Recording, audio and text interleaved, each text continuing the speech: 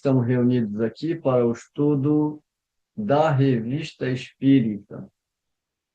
Nós estamos na Revista Espírita, janeiro de 1858, e nós retomaremos com um artigo intitulado Visões. Então, aqui está a Revista Espírita de 1858, janeiro, e nós vamos começar com esse artigo intitulado Visões. Ele começa esse artigo falando que lê-se no Courrier de Lyon. O que é o Courrier de Lyon?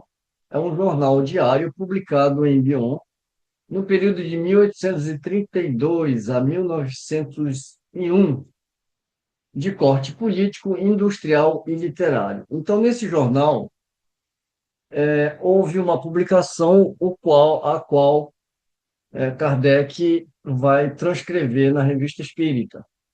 Aqui, por curiosidade, eu trouxe, né, uma edição da época.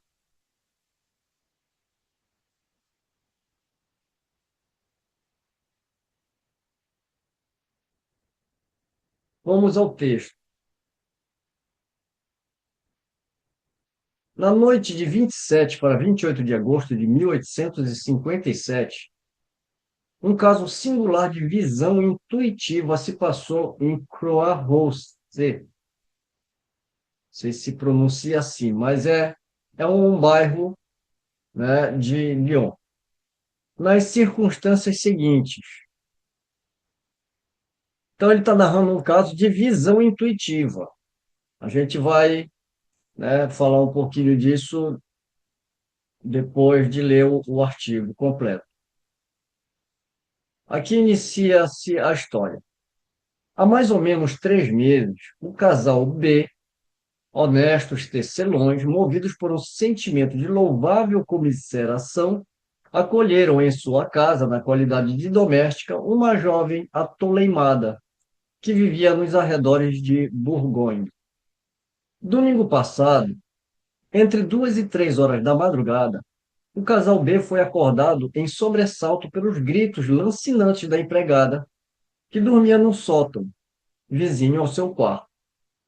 Acendendo uma lâmpada, a senhora B subiu ao sótão e encontrou sua doméstica que, derretendo em lágrimas e numa exaltação de espírito difícil de descrever, torcia os braços em horríveis convulsões e chamava sua mãe que, dizia, acabara de ver morrer.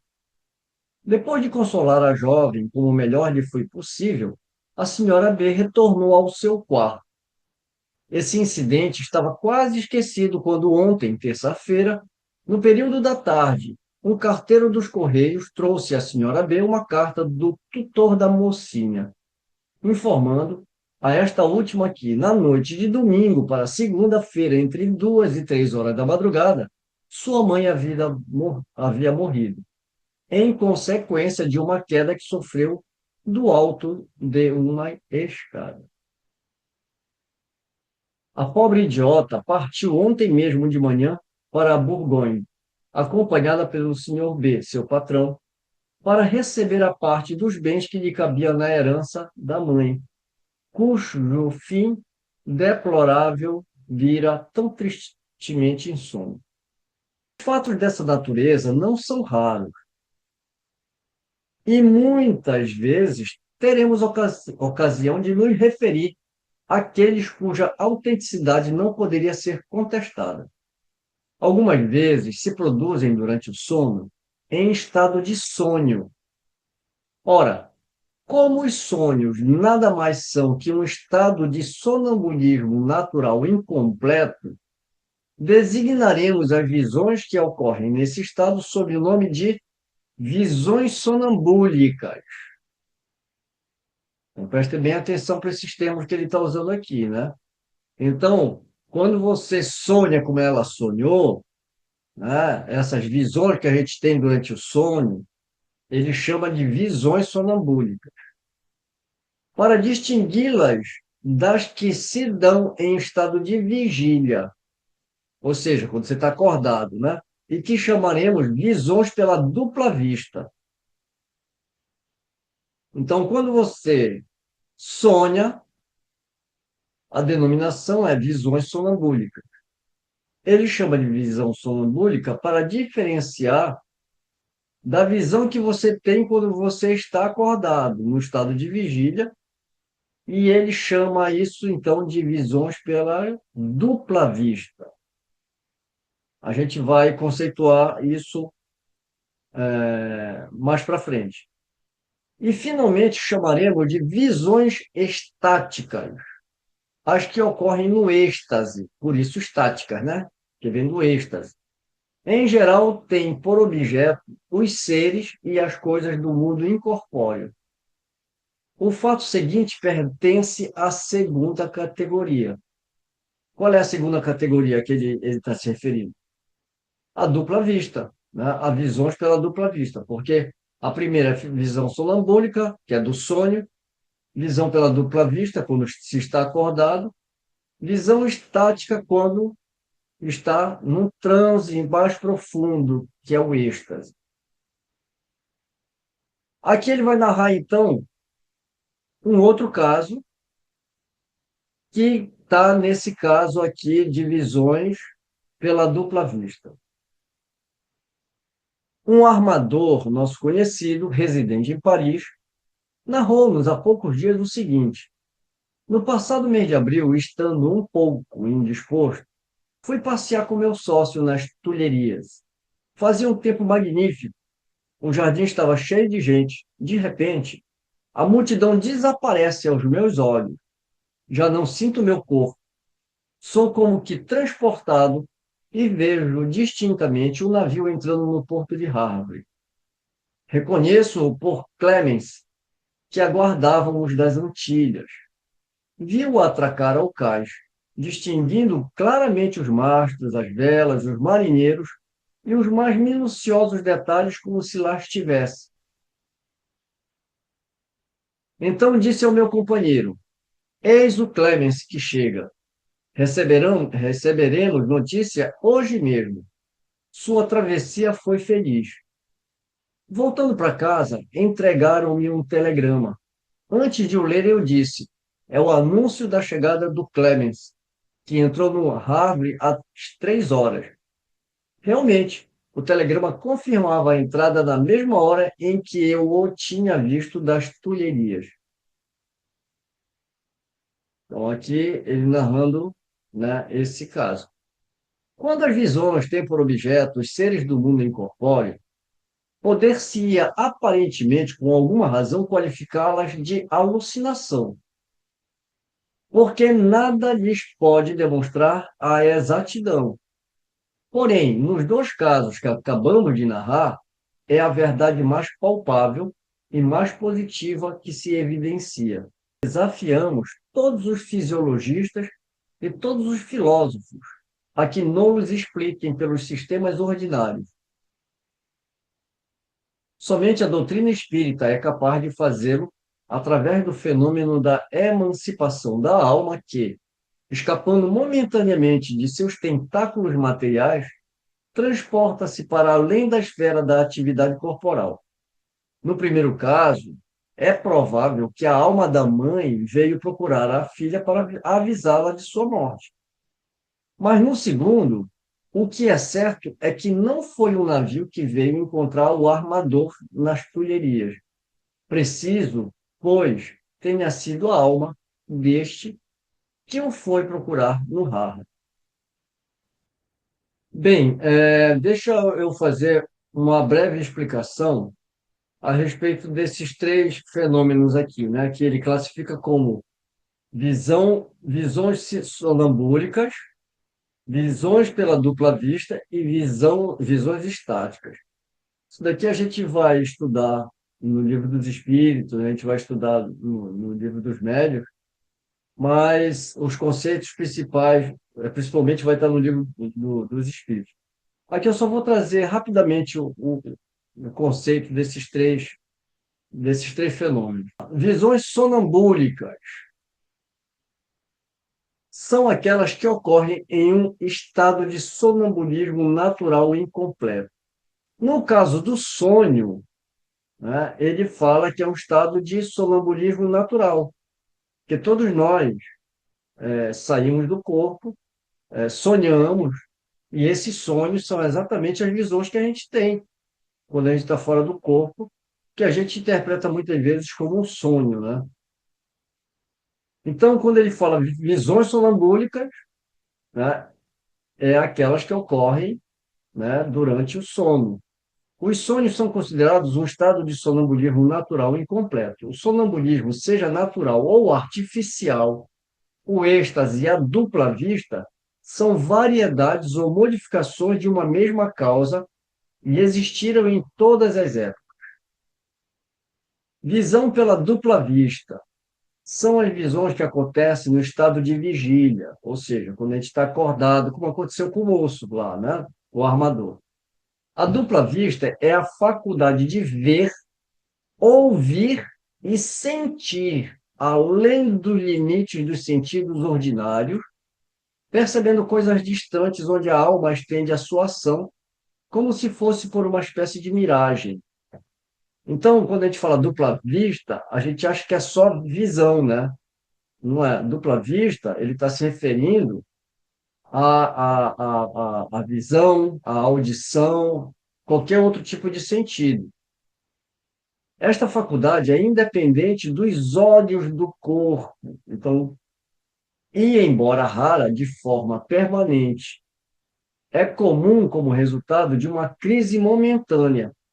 No estado de dupla vista, o estado físico do indivíduo é sensivelmente modificado, com o olhar parecendo perdido e a fisionomia refletindo exaltação. A visão persiste mesmo com os olhos fechados. Por quê? Porque esses fenômenos eles se dão através do perispírito. Então, muitos médiums, muitas pessoas que entram nesse estado de dupla vista, eles vão dizer que é estranho, que eles parece que eles estão vendo, mas pelas costas, por exemplo, né? Mesmo de olhos fechados, eles continuam vendo. Por quê? Porque o fenômeno não ocorre com o corpo físico, né? Mas pelo perispírito. Visões estáticas são as visões que ocorrem durante o êxtase. Geralmente tem como objeto os seres e as coisas do mundo incorpóreo. O êxtase é considerada um sonambulismo mais purificado, onde a alma do estático é ainda mais independente. O espírito do estático pode penetrar nos mundos superiores, vendo e compreendendo a felicidade de seus habitantes, desejando ali permanecer. Bem, aqui a gente não vai entrar em detalhe, porque senão a gente iria fazer um estudo a respeito, né, de êxtase, e não é a proposta aqui. A proposta aqui é só esclarecer esses fenômenos que a gente vai estudar com mais profundidade nas outras obras. Bem, aí aqui fechando a ideia dessas três visões, em termos mais amplos, as visões são consideradas as manifestações mais comuns de aparições, podendo ocorrer durante o sono, sonhos, como uma visão de coisas presentes ou ausentes, retrospectiva do passado ou, em casos excepcionais, um pressentimento do futuro. Podem ser quadros alegóricos que os espíritos apresentam para dar avisos úteis ou conselhos ou para induzir a erro, dependendo da natureza do espírito. As aparições propriamente ditas ocorrem em estado de vigília e podem apresentar-se de forma vaporosa e diáfana, ou com contornos claramente definidos. Bem, era isso que eu queria trazer aqui, né, com relação a esses três fenômenos. E como eu falei, a gente não vai aprofundar, né? O próximo artigo de janeiro de 58 é reconhecimento da existência dos espíritos e de suas manifestações. Se as primeiras manifestações espíritas fizeram numerosos adeptos, não somente encontraram muitos incrédulos, mas adversários ferrenhos, e muitas vezes até interessados em seu descrédito. Hoje, os fatos falam tão alto que é forçoso reconhecer a evidência. E se ainda existem incrédulos sistemáticos, podemos dizer-lhes, predizer-lhes com segurança, que não se passarão muitos anos para acontecer com os espíritos o que se deu com a maior parte das descobertas, que foram pertinazmente combatidas ou encaradas como utopias por aqueles cujo saber deveria tê-los tornado menos céticos no que diz respeito ao progresso. Já vimos muitas pessoas, entre as quais não se aprofundaram nesses estranhos fenômenos, concordar que nosso século é tão fecundo em fatos extraordinários, a natureza tem tantos recursos desconhecidos, que seria mais que leviandade negar-se à possibilidade daquilo que não se compreende. Esses tais dão prova de sabedoria. Eis aqui uma autoridade que não poderia ser suspeita de prestar-se levianamente a uma mistificação. A Civiltà Católica, um dos principais jornais eclesiásticos de Roma. Bem, aqui já está falando, né? O que que é o Civiltà Católica? Aí eu deixei uma cola aqui, né? É uma revista cultural jesuíta, sendo a mais antiga revista cultural italiana ainda em atividade. Se você colocar aí numa pesquisa na internet com esse nome aqui, que eu acho que se lê assim, né? Civiltà Católica, você vai ver todas as edições desde da sua fundação, e até hoje ela tem, né? As publicações. As publicações, se eu não me engano, elas eram quinzenais, depois elas se tornaram mensais. Atualmente são revistas mensais, né? E ali era justamente para fazer a divulgação, né? E é da Igreja Católica, comandada pelos jesuítas. E o que ele está levantando aqui é justamente que esses fenômenos, né, se realmente pessoas que não dão muito crédito para essas histórias, então ele vai trazer agora justamente como ele coloca aqui, uma autoridade que não poderia ser suspeita de prestar-se levianamente a uma mistificação, que é a revista católica, né? A revista da Igreja, né? Fundada aí pelos jesuítas, que é um dos principais jornais eclesiásticos de Roma. Isso Kardec está escrevendo em 58, ainda hoje você tem essa revista. Reproduziremos mais adiante um artigo que esse jornal publicou no mês de março passado, no qual se verá que seria difícil provar a existência e a manifestação dos espíritos por argumentos mais peremptórios. É verdade que divergimos deles sobre a natureza dos espíritos, de quem, né? Do jornal, né? Não admitem senão os maus, enquanto admitimos bons e maus, porque a igreja, né, fala que a gente não pode evocar espírito, porque é só os espíritos do mal, né? Mas, de qualquer forma, são espíritos, né? É um ponto que abordaremos mais tarde, com todos os desenvolvimentos necessários. O reconhecimento das manifestações espíritas por uma autoridade tão grave e tão respeitável é um ponto capital. Resta, pois, julgá-las. É o que faremos no próximo número. Reproduzindo o artigo O Universo, o faz preceder das seguintes e sábias reflexões. Então, aqui é outro jornal, né, que está reproduzindo o artigo que foi publicado lá no Civiltà Católica. E, além de publicar, faz as seguintes e sábias reflexões. Por ocasião da publicação de uma obra em Ferrara sobre a prática do magnetismo animal, referimos aos nossos leitores os sábios artigos que acabavam de aparecer na Civiltà Católica de Roma sobre a necromancia moderna, reservando-nos trazer-lhes mais amplas informações. Publicamos hoje o último desses artigos, que, em algumas páginas, contém as conclusões da revista romana.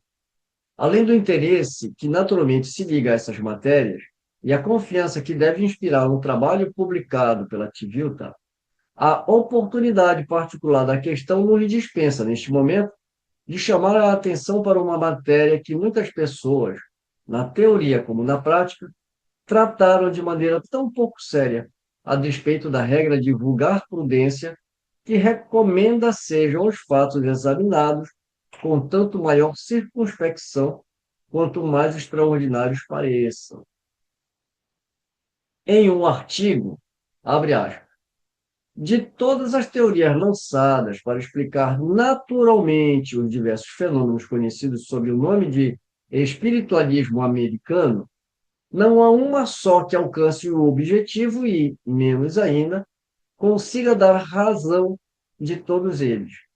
Se uma ou outra dessas hipóteses é suficiente para explicar algum desses fenômenos, sempre restará alguns que permanecerão inexplicáveis. A fraude, a mentira, o exagero, as alucinações, sem dúvida, devem ter uma grande parte nos fatos referidos. Mas, feito o desconto, resta ainda um volume tal que, para negar a realidade, seria preciso recusar toda a fé na autoridade dos sentidos e no testemunho humano. Entre os fatos em questão, um certo número pode ser explicado pela teoria mecânica ou mecânico-fisiológica. Porém, há uma parte muito mais considerável que não se presta de maneira alguma a uma explicação desse gênero. A essa ordem de fatos se ligam todos os fenômenos nos quais, dizem, os efeitos obtidos ultrapassavam, evidentemente, a intensidade da força motriz que os deveria produzir. Tais são, primeiro, os movimentos, os sobressaltos violentos de massas pesadas e solidamente equilibradas, a simples pressão e ao leve toque das mãos. Segundo, os efeitos e os movimentos que se produzem sem nenhum contato, consequentemente sem qualquer impulso mecânico, seja imediato ou mediato, e, enfim, esses outros efeitos que são de natureza a manifestar em que os produz uma inteligência e uma vontade distintas das dos experimentadores. Para dar a razão dessas três ordens de fatos diversos, temos ainda a teoria do magnetismo. Mas, por maiores que sejam as concessões que lhe disponha a fazer, e mesmo admitindo de olhos fechados todas as hipóteses gratuitas sobre as quais ele se funda, todos os erros e absurdos de que está repleta e as faculdades miraculosas por elas atribuídas à vontade humana, ao fluido nervoso ou a quaisquer outros agentes magnéticos, jamais poderá essa teoria, com o auxílio desses princípios, explicar completamente como uma mesa magnetizada por um médium manifesta em seus movimentos uma inteligência e uma vontade próprias, isto é, distintas das do médium e que, por vezes, são contrárias e superiores à sua inteligência e vontade. Como dar a razão de semelhante fenômeno? Queremos também nós recorrer a não sei que causas ocultas, a que forças ainda desconhecidas da natureza, a explicações novas de certas faculdades, de certas leis que, até o presente, permaneceram inertes e como que adormecidas no seio da criação, estaríamos, desse modo, confessando abertamente a nossa ignorância e levando o problema a aumentar o número de tantos enigmas dos quais o pobre espírito humano não pôde, até o momento, nem poderá jamais decifrar. Aliás, não hesitamos em confessar nossa ignorância em relação a vários dos fenômenos em questão, dos quais a natureza é tão equívoca e tão obscura que a atitude mais prudente, parece-nos, é não tentar explicá-los.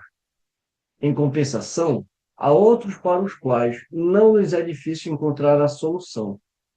É verdade que é impossível buscá-la nas causas naturais, porque, então, hesitaríamos em recorrer às causas que pertencem à ordem sobrenatural?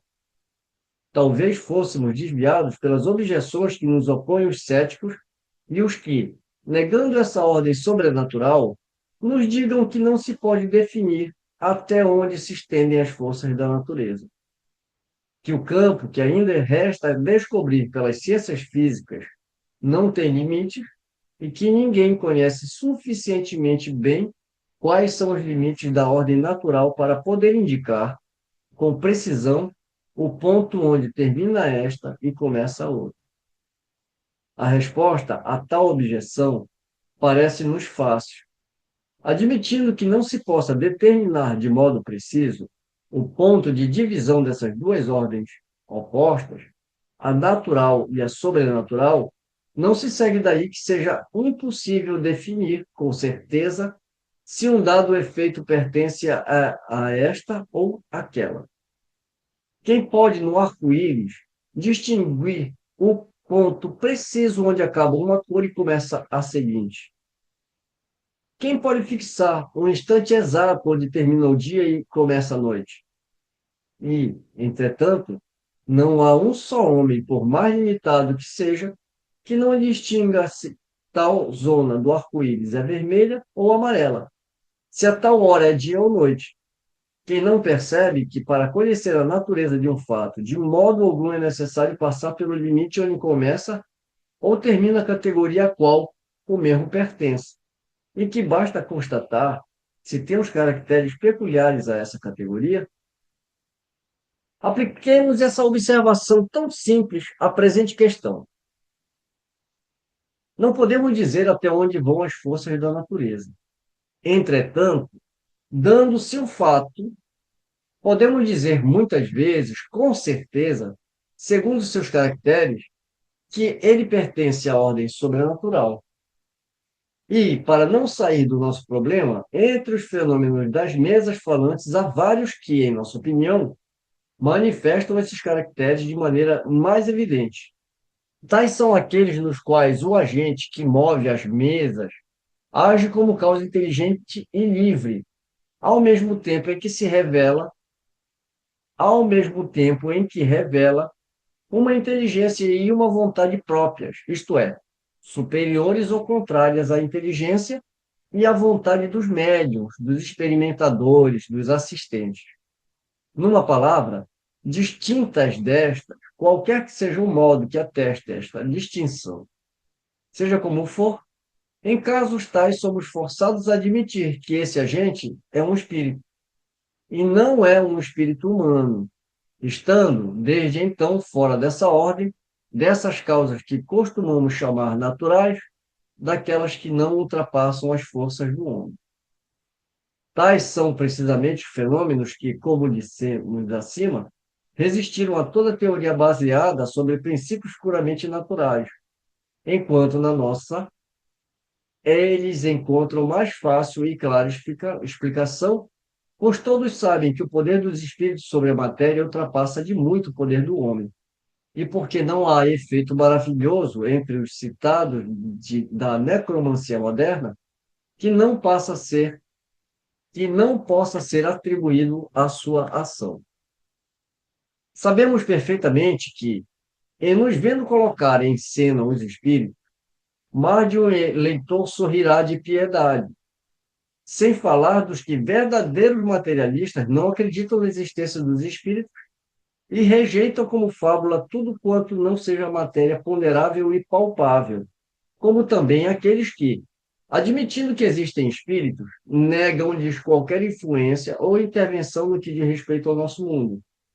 Há em nossos dias muitas criaturas que concedendo aos espíritos o que nenhum bom católico lhes poderia recusar, isto é, a existência e a faculdade de intervir nos fatos da vida humana, de maneira oculta ou patente, ordinária ou extraordinária, parecem, todavia, desmentir sua fé na prática e considerar como uma vergonha, como um excesso de credulidade, como uma superstição de mulher velha, admitir a ação dos mesmos espíritos em certos casos especiais, contentando-se em geral, em não negá-la.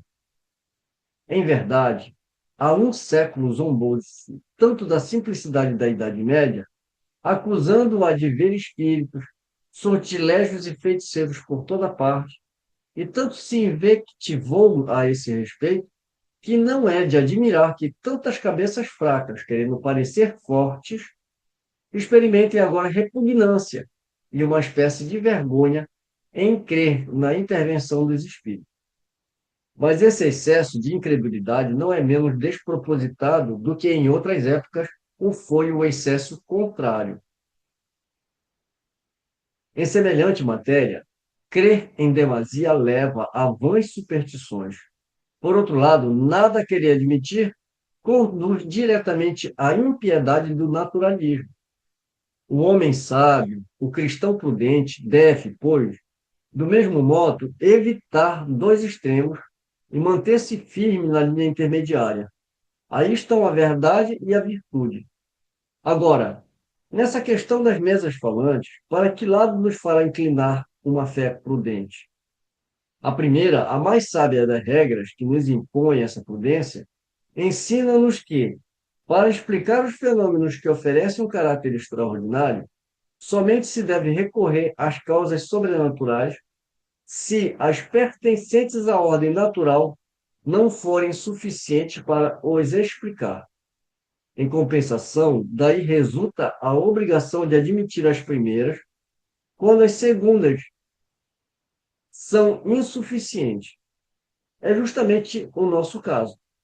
Com efeito, entre os fenômenos de que falamos, há aqueles para os quais nenhuma teoria, nenhuma causa puramente natural poderia dar razão. Assim, pois, não só é prudente, mas necessário mesmo procurar sua explicação na ordem sobrenatural ou, em outras palavras, atribuí-los a espíritos puros, visto que, fora e acima da natureza, outra causa possível não existe. Eis uma segunda regra, um critério infalível para se afirmar a respeito de um fato qualquer, se pertence à ordem natural ou à sobrenatural. Examinar-lhe bem os caracteres e, conforme eles, determinar a natureza da causa que o produziu. Ora, os fatos mais maravilhosos desse gênero, os que nenhuma outra teoria pode explicar, apresentam caracteres tais que não só demonstram uma causa inteligente e livre, mas ainda dotada de uma inteligência e de uma vontade que nada tem de humano.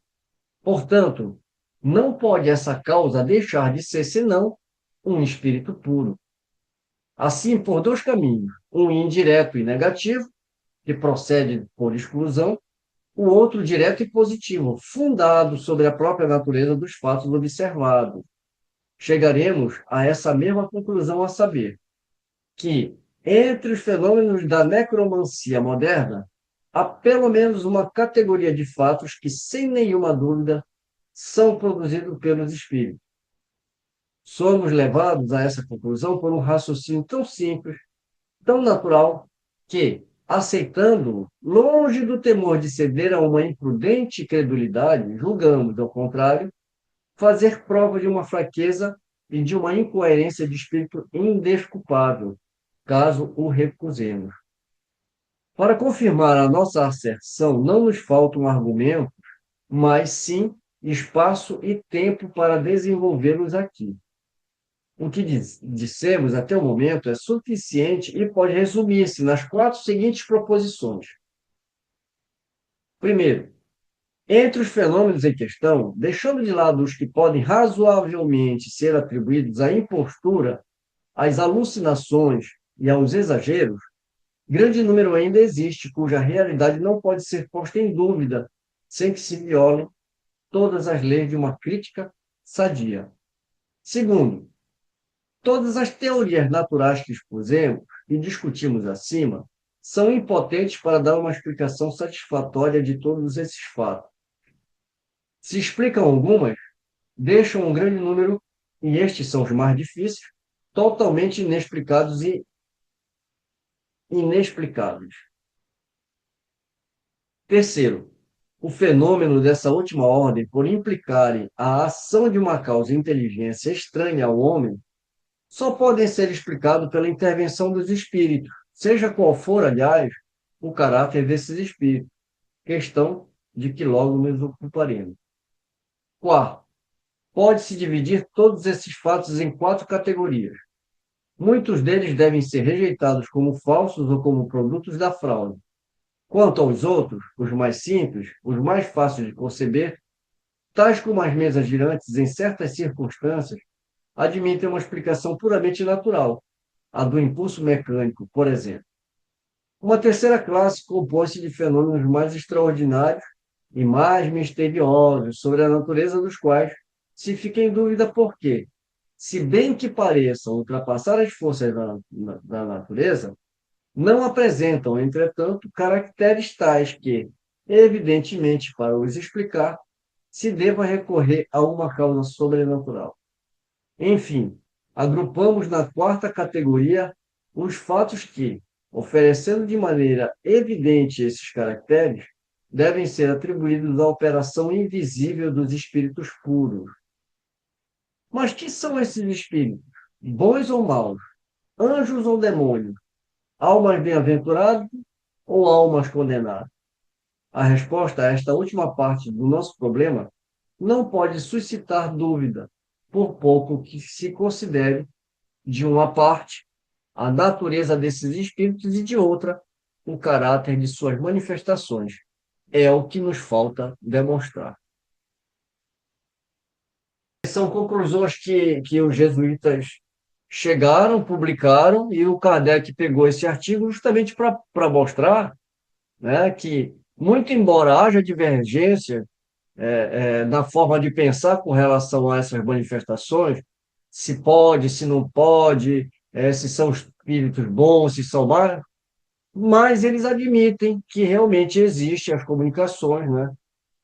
Enfim, então Kardec está mostrando que tanta crítica, tanta gente criando sistema contrário, né, à comunicação com os espíritos, a revista católica se ocupou para falar dos fenômenos, falando que realmente os fenômenos existem, só que eles têm um ponto de vista deles, né? História de Joana d'Arc. Eu não sei se em algum momento o, o Kardec, ele, eu não diria arrepender-se, né?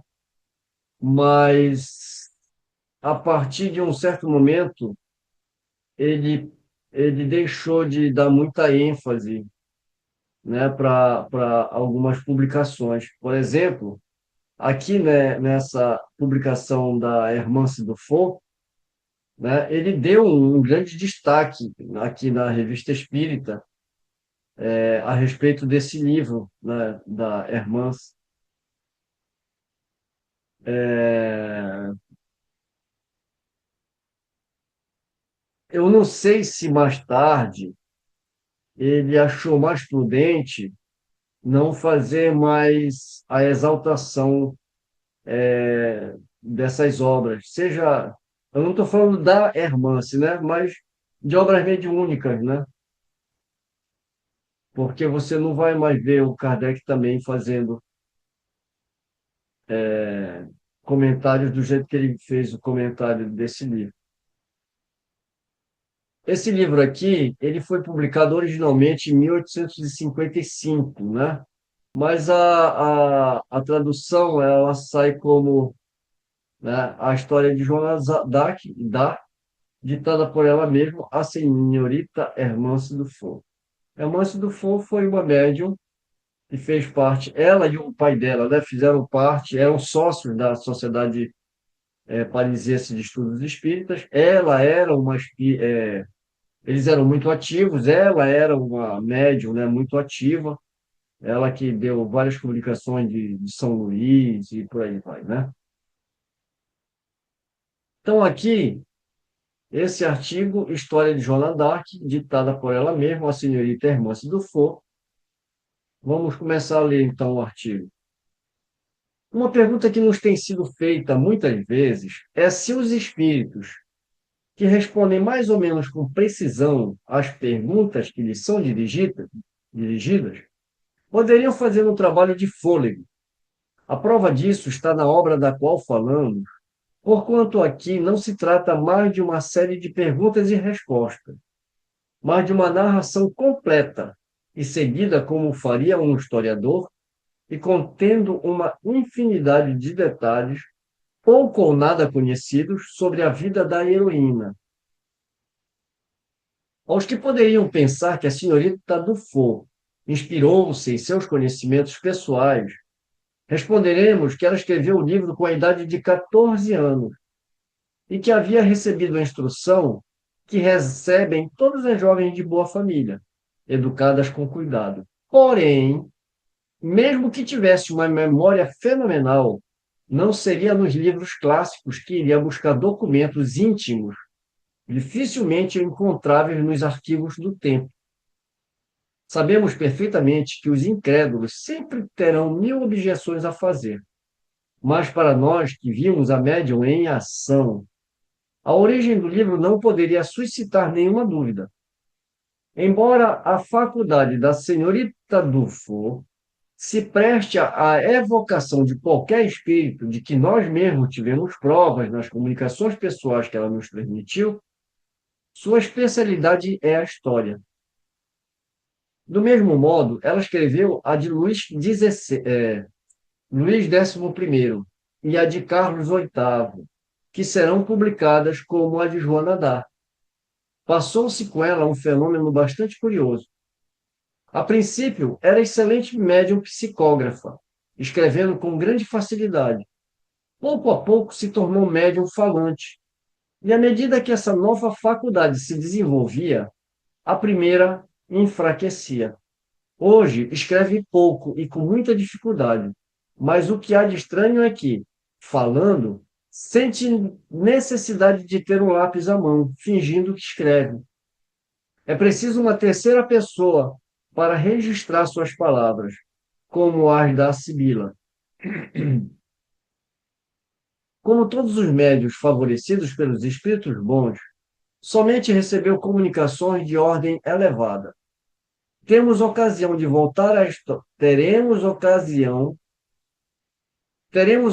de voltar à história de Joana d'Arc para explicar os fatos de sua vida, concernente às suas relações com o mundo invisível, citando o que, a respeito, ela ditou de mais notável ao seu intérprete.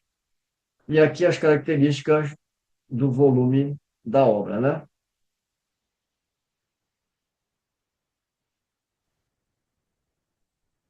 O próximo artigo, ele vai falar sobre o livro dos espíritos. Aqui tem uma nota de Kardec, né? Uma nota aqui número 10 indicando, né? É, aonde adquirir o livro. Aqui também as características do livro, tamanho, né? Livraria Dentro, Palais Royal, na redação do jornal Rua e Passagem Santana, 59, antiga Rua dos Mártires. Então, aqui é onde você pode adquirir o livro, né? O Livro dos Espíritos contém os princípios da doutrina espírita, sobre a natureza dos seres do mundo incorpóreo, suas manifestações e suas relações com os homens, as leis morais, a vida presente, a vida futura e o porvir da humanidade. Escrito de acordo com o ditado e publicado por ordem dos espíritos superiores, por Allan Kardec.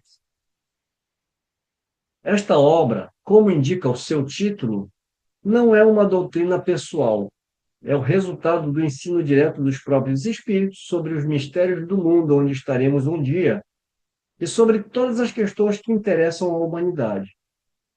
Eles nos dão, de algum modo, o código da vida, ao nos traçarem a rota da felicidade futura. Não sendo este livro fruto de nossas ideias, visto que, sobre muitos pontos importantes, tínhamos uma maneira de ver bem diversa, Nossa modéstia nada sofreria com os nossos elogios.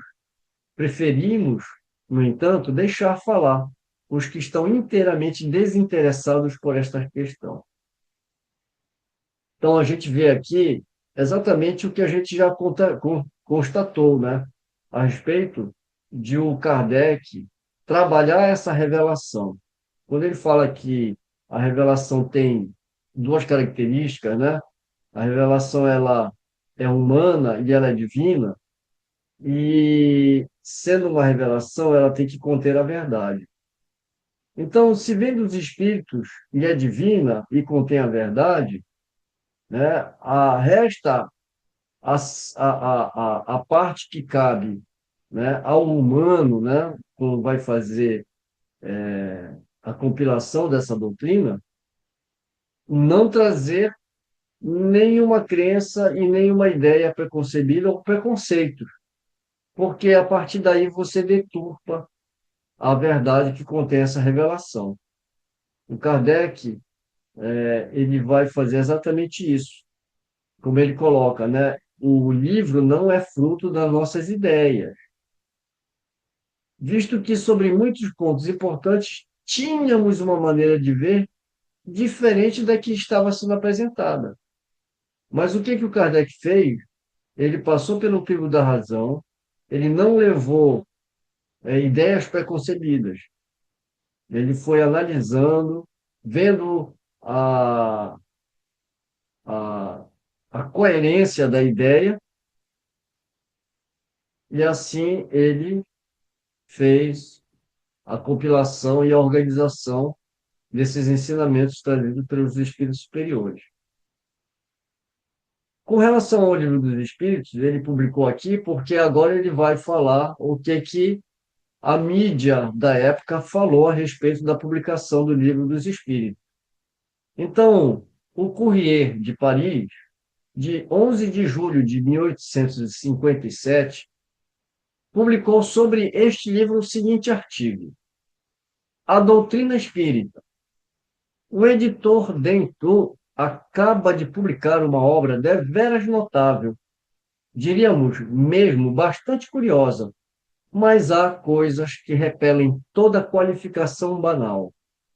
O Livro dos Espíritos, do Sr. Allan Kardec, é uma página nova do grande livro do infinito, e estamos persuadidos de que um marcador assinalará essa página. Ficaríamos desolados se pensássemos que acabamos de fazer aqui um anúncio bibliográfico. Se pudéssemos supor que assim fora, quebraríamos nossa pena imediatamente. Ou seja, a caneta, né? Ele se refere à pena na época. Né? Não conhecemos absolutamente o autor, mas confessamos abertamente que ficaríamos felizes em conhecê-lo. Aquele que escreveu a introdução que inicia o Livro dos Espíritos deve ter a alma aberta a todos os sentimentos nobres.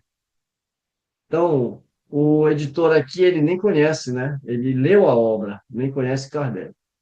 Aliás, para que não se possa suspeitar de nossa boa-fé e nos acusar de tomar partido, diremos com toda sinceridade que jamais fizemos um estudo aprofundado das questões sobrenaturais. Apenas, se os fatos que se produziram nos causaram admiração, pelo menos jamais nos levaram a dar de ombros. Somos um pouco dessas pessoas que se chamam de sonhadores, porque não pensamos absolutamente como todo mundo. A 20 léguas de Paris, à noite sobre as grandes árvores, quando não tínhamos em torno de nós senão choupanas esparsas, pensávamos naturalmente em qualquer coisa, menos na bolsa, no macadame dos boulevards ou nas corrias de Longchamp. Diversas vezes nos interrogamos, e isto muito tempo antes de ter ouvido falar em médiuns, o que haveria de passar no que se convencionou chamar o alto. Outrora chegamos, mesmo a esboçar uma teoria sobre os mundos invisíveis, guardando-a cuidadosamente para nós, e ficamos muito felizes de reencontrá-la quase por inteiro no livro do Sr. Allan Kardec. A todos os deserdados da terra, A todos os que caminham e caem, regando com suas lágrimas o pó da estrada, diremos: lede o livro dos Espíritos. Isso vos tornará mais forte. Também aos felizes, aos que pelos caminhos só encontram os aplausos da multidão ou os sorrisos da fortuna diremos: estudai-o, ele vos tornará melhores. O corpo da obra, diz o Sr. Allan Kardec, deve ser reivindicado inteiramente pelos espíritos que o ditaram. Está admiravelmente classificado por perguntas e por respostas. Algumas vezes, estas últimas são sublimes, e isso não nos surpreende. Mas não foi preciso um grande mérito a quem as soube provocar? Ou seja, também não é um grande mérito de quem soube perguntar? Desafiamos a rir os mais incrédulos quando lerem este livro, no silêncio e na solidão. Todos honrarão o homem que lhe escreveu o prefácio. A doutrina se resume em duas palavras: não façais aos outros o que não quereríeis que vos fizessem. Lamentamos que o senhor Allan Kardec não tenha acrescentado: e fazei aos outros o que gostarias que vos fosse feito. O livro, aliás, o diz claramente, e a doutrina, sem isto, não estaria completa. Não basta não fazer o mal, é preciso também fazer o bem. Se apenas sois um homem de bem, não tereis cumprido senão a metade do vosso dever. Sois um átomo imperceptível dessa grande máquina que se chama mundo, onde nada deve ser inútil. Sobretudo, não nos digais que se pode ser útil sem fazer o bem. Ver-nos-íamos forçados de vos replicar por um volume. Lendo as admiráveis respostas dos espíritos na obra do Sr. Kardec, dissemos a nós mesmos que haveria um belo livro a escrever. Bem depressa, reconhecemos que nos havíamos enganado. O livro já está escrito. Apenas o estragaríamos se tentássemos completá-lo. Sois homens de estudo e possuís a boa fé, que não pede senão para se instruir, lede o livro primeiro sobre a doutrina espírita. Estás colocado na classe dos que só se ocupam consigo mesmos, como se diz, e que, como se diz, fazem os seus pequenos negócios muito tranquilamente, nada vendo além dos próprios interesses, lede as leis morais. A desgraça vos persegue com furor e a dúvida vos envolve, por vezes, com seu abraço gelado, estudai o livro terceiro, Esperanças e Consolações. Todos vós, que abrigais nobres pensamentos no coração e que acreditais no bem, lede o livro do começo ao fim. Se alguém nele encontrasse matéria para zombaria, nós o lamentaríamos sinceramente. Assina G. do Chalá. Entre as numerosas cartas que nos têm sido dirigidas, desde a publicação de O Livro dos Espíritas, apenas citaremos duas, porque, de certo modo, resume a impressão que este livro produziu e o fim essencialmente moral dos princípios que encerra. Então, depois dessa publicação que o Kardec ele registra aqui, ele cita mais duas correspondências, né? E ele fala, citaremos apenas duas, porque ele recebeu bastante. E aqui, nesse artigo, ele vai trazer essas duas cartas. A primeira é esta aqui. Foi escrita em Bordeaux, em 25 de abril de 1857. Senhor, submetestes minha paciência a uma grande prova pela demora na publicação de O Livro dos Espíritos, há tanto tempo anunciado. Felizmente não perdi por esperar, porquanto ele ultrapassa todas as ideias que eu havia feito, de acordo com o prospecto. Impossível descrever o efeito que em mim produziu, Assemelho-me a um homem que saiu da obscuridade. Parece que uma porta, fechada até hoje, acaba de ser subitamente aberta. Minhas ideias se ampliaram em algumas horas. Oh, como a humanidade e todas as suas preocupações miseráveis se parecem mesquinhas e pueris ao lado desse futuro de que não duvidava, mas que para mim estava de tal forma obscurecido pelos preconceitos que eu o imaginava a custo.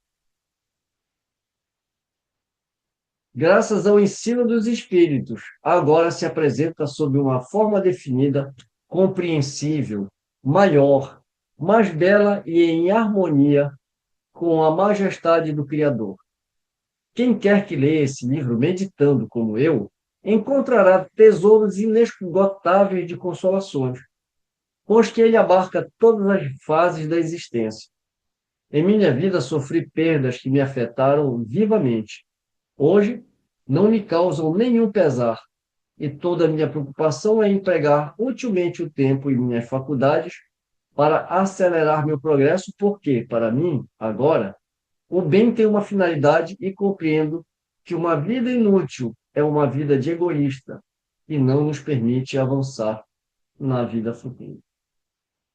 Se todos os homens que pensam como vós e eu, e os encontrareis muito, assim espero, para a honra da humanidade, pudessem se entender, reunir-se e agir de comum acordo, e de que força e agir de comum acordo, de que força não disporiam para apressar essa regeneração que nos é anunciada? Quando for a Paris, terei a honra de vos ver, e se não for abusar do vosso tempo, pedir-vos-ei algumas explicações sobre certas passagens e alguns conselhos sobre a aplicação das leis morais a certas circunstâncias que me são pessoais. Recebei, até lá, eu vos peço, Senhor, a expressão de todo o meu reconhecimento, porque me proporcionastes um grande bem ao apontar-me a rota da única felicidade real neste mundo, e, além disso, quem sabe, um lugar melhor no outro. Vosso todo devotado, D. Capitão Reformado. Vê só o impacto, né, que esse livro causou, né, em homens que realmente leram e meditaram sobre o que estava sendo escrito. A segunda carta é datada de 4 de julho de 1857 e é uma carta que veio da cidade de Lyon. Senhor, não sei como vos exprimir todo o meu reconhecimento pela publicação de O Livro dos Espíritos, que sinto depois de o ler. Como é consolador para nossa pobre humanidade o que nos fizestes saber. De minha parte, confesso-vos que estou mais forte e mais corajoso para suportar as penas e os aborrecimentos ligados à minha pobre existência. Compartilho com vários de meus amigos das convicções que auri na leitura da vossa obra. Todos estão muito felizes.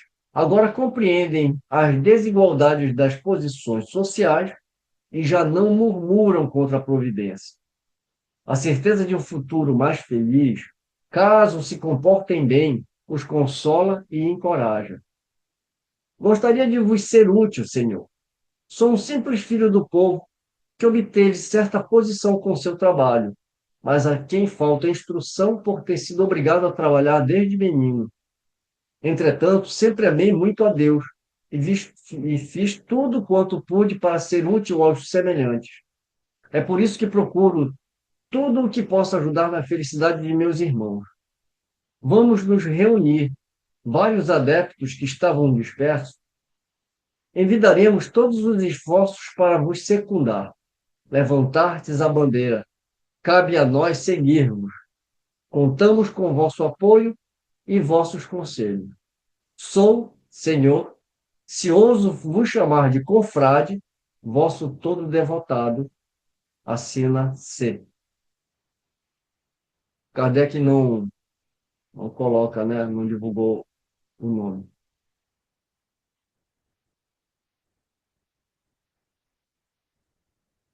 Muitas vezes já nos dirigiram perguntas sobre a maneira por que foram obtidas as comunicações que são objeto de O Livro dos Espíritos. Resumimos aqui com muito prazer as respostas que temos dado a esse respeito, pois que isso nos ensejará a ocasião de cumprir um dever de gratidão para com as pessoas que, de boa vontade, nos prestaram seu concurso. Então, aqui, ó, vai mais uma aula de como é que foi escrito o Livro dos Espíritos, nesse artigo. Como explicamos, as comunicações por pancadas ou tipologia são muito lentas e bastante incompletas para um trabalho alentado. Por isso, jamais utilizamos esse recurso. Tudo foi obtido através da escrita e por intermédio de vários médios psicógrafos. Nós mesmos preparamos as perguntas e coordenamos o conjunto da obra. As respostas são textualmente as que foram dadas pelos espíritos. A maior parte delas foi escrita sob nossas vistas. Algumas foram tomadas das comunicações que nos foram enviadas por correspondentes ou que recolhemos para estudo em toda parte onde estivemos. A esse efeito, os espíritos parecem multiplicar aos nossos olhos os motivos de observação.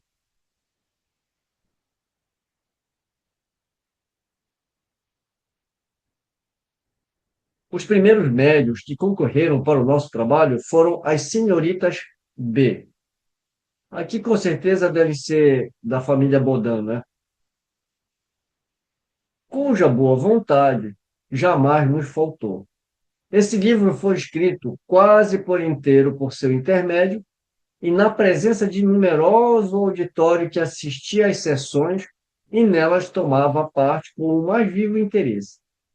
Mais tarde, os espíritos recomendaram a sua completa revisão em conversas particulares para fazerem todas as adições e correções que julgaram necessárias. Essa parte essencial do trabalho foi feita com o concurso da senhorita Jafé, que se prestou com a maior boa vontade e o mais completo desinteresse a todas as exigências dos espíritos, pois eram eles que marcavam os dias e horas para as suas lições. Aqui, a nota de rodapé é o endereço aonde ele se reunia com a senhorita Jafé, né? O desinteresse não seria aqui um mérito particular, visto que os espíritos reprovam todo o tráfico que se possa fazer de sua presença. A senhorita Jafé, que é também sonâmbula notável, tinha seu tempo utilmente empregado, mas compreendeu igualmente que dele poderia fazer um emprego proveitoso, consagrando-se à propagação da doutrina. Quanto a nós, temos declarado desde o princípio, e nos apraz reafirmar aqui, jamais pensamos em fazer de O Livro dos Espíritos objeto de especulação, devendo sua renda ser aplicada às coisas de utilidade geral. Por isso, seremos sempre reconhecidos aos que associarem de coração e por amor do bem a obra que nos estamos consagrando. Assina Allan Kardec, e aqui encerra a Revista Espírita, janeiro de 1858. No próximo estudo, nós entraremos, então, em fevereiro, aqui já a segunda edição, né? A segunda Revista Espírita, porque a Revista Espírita era mensal. Muitas coisas interessantes você leu hoje, né? Nossa, muitas coisas interessantes. Mas é isso. Então, eu Bem, agradeço mais uma vez a presença de todos vocês e a gente se vê, então, no próximo estudo. Então, um beijo no coração de isso. todos e até a próxima. Até a Cuida do próxima. coração.